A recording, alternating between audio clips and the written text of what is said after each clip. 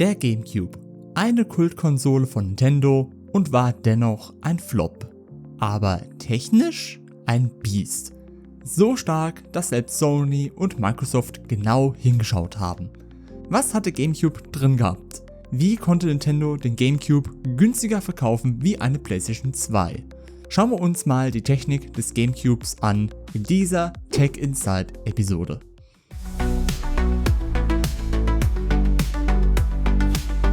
Gute allerseits. Nur momentan ist der GameCube in großer Munde von all den Memes, die existieren, gerade mit der Steam Machine von Valve.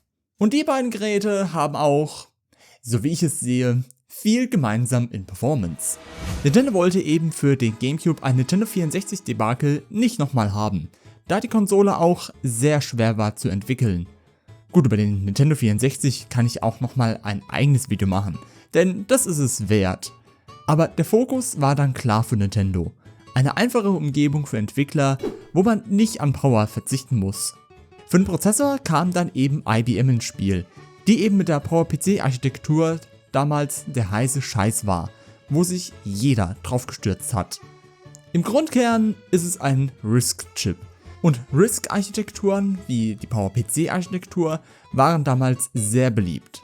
Auch Dreamcast und PS2 setzten auf RISC-CPUs.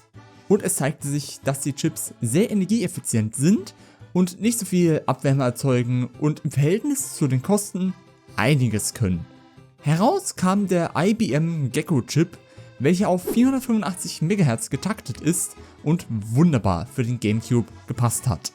Ebenso die Grafikkarte für den Würfel, wo sich Nintendo trotzdem bei alten Bekannten gemeldet hat.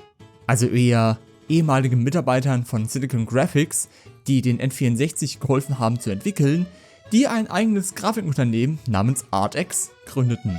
Hier sollte auch der Grafikchip einiges können. Aber keine Monster-GPU sein, was sonst die Kosten gesprengt hätte. Nach der Übernahme von ArtX durch ATI kam dann der Flipper heraus, der unfassbar effizient war und. Und da hat eben Nintendo ihr Ziel erreicht. Eine leistungsstarke Konsole, die dazu einfach und effizient ist. Und auch anfangs hatte sich auch gezeigt, dass der GameCube so einiges bieten kann. Viele der Tech-Demos haben bombastische Grafik gehabt, was bei der Konkurrenz nicht so sehen gab. Ich habe hier als ein Beispiel Soul Calibur 2, da es erstens ein Spiel ist, was ich sowohl für die PlayStation 2 als auch für den GameCube habe und eines der ersten Spiele für die beiden Konsolen waren. Beim GameCube sehen wir, dass alles butterweich läuft und scharf ist, während die PS2 etwas ruckelt und flimmern hat. Beide Konsolen geben PAL 60 aus und gehen per SCART an den OSSC. Aber auch später in der GameCube-Zeitlinie sahen viele Spiele super aus, dass man echt nicht dachte, dass die Konsole aus 2002 stammt. Hier Zelda Twilight Princess, auch wenn nur in 576i, kann es aussehen wie ein aktuelles Spiel. Und da seht ihr, was diese Brotdose in der Lage war. Doch was war denn jetzt wirklich verantwortlich für das Ganze? War es die CPU oder die GPU? Ja okay, das ist ja irgendwie eine dämliche Frage, die ich gestellt habe. Die Antwort ist nicht nur die GPU, denn es sind beide Komponenten, die eben sehr gut aufeinander abgestimmt sind. Klar, der Emotion Engine in der PS2 ist überlegen wie dem Gecko-Chip des GameCubes.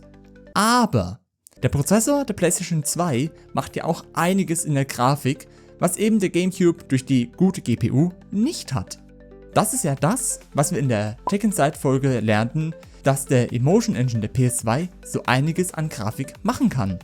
Und beim GameCube war das eben nicht so. Die Grafikkarte der Konsole war eben so gut, dass die CPU sich nicht über Grafik aufregen musste. Also um es so zu erklären, die PlayStation 2 hatte einen Dude, der alles machen musste und sich von allen etwas geholt hat. Während beim GameCube alle zusammengehalten haben und die gleiche Arbeit verrichtet haben. Und eben für die Entwickler war es einfacher, sich an den GameCube dran zu machen. Denn das mit dem Entwickeln beider Konsolen könnt ihr euch etwa so vorstellen. Stellt euch den GameCube und die PS2 als ein Auto vor, die beide gleich aussehen, dieselbe Aerodynamik haben und auch beide 180 PS haben. Aber die GameCube ist eine Automatik, während die PS2 ein Schaltgetriebe hat. Und eine Automatik ist angenehmer zu fahren und auch leichter zu bedienen, während ja ein Schaltgetriebe etwas Übung braucht und im Stadtverkehr nicht so einfach ist. Wobei dieses Beispiel dann auch der Wendepunkt war für die Entwickler bei der PS2. Denn eben wenn man dieses Schaltgetriebe richtig verstanden hat, ich nicht, kann man ja damit einiges erreichen, was mit der Automatik fast unmöglich ist. Denn eben später im Verlaufe beider Konsolen hat sich gezeigt, dass wenn man die PS2 gut beherrscht, man so einiges herausholen kann. Das, was der GameCube von Anfang an konnte an Grafik. Und dadurch, dass der GameCube im Verlaufe des Lebenszyklus ein Flop war, haben viele Entwickler dann für die PS2 oder Xbox entwickelt. Denn es hat sich eben nicht gelohnt, für eine kleinere Audience des GameCubes zu entwickeln. Ja, da hat selber Nintendo auch ein paar Sachen verbockt, was aber für dieses Video jetzt keinen Platz finden würde. Doch was der GameCube stattdessen geschafft hat, sind zwei Sachen, die sehr wertvoll sind. Eben auf der einen Seite hat der Würfel die Grundlage der Wii gelegt, die zu der Generation die schwächste Konsole war, aber ein innovatives Erlebnis mit der Bewegungssteuerung bot. Und dadurch, dass die CPU und GPU einfach und gut waren, sind diese Chips des GameCubes als Basis für die Wii gewesen. Und der Grafikchip Flipper hat für ATI die Grundlage gelegt für die sehr erfolgreiche Radeon 9000er Serie an Grafikkarten.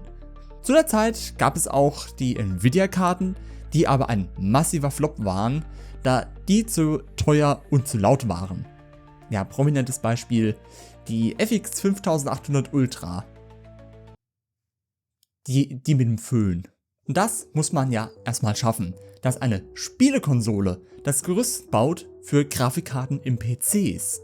Also war der GameCube zwar ein Flop, aber eben für die kommenden Jahre eine solide Plattform, sowohl in PCs als auch bei Nintendo. Solid ist es auch, mich zu abonnieren, um mit solchen Zeugs nichts zu verpassen und auch mich zu supporten. Nee, also das wäre klasse. Und bis dahin, man sieht sich.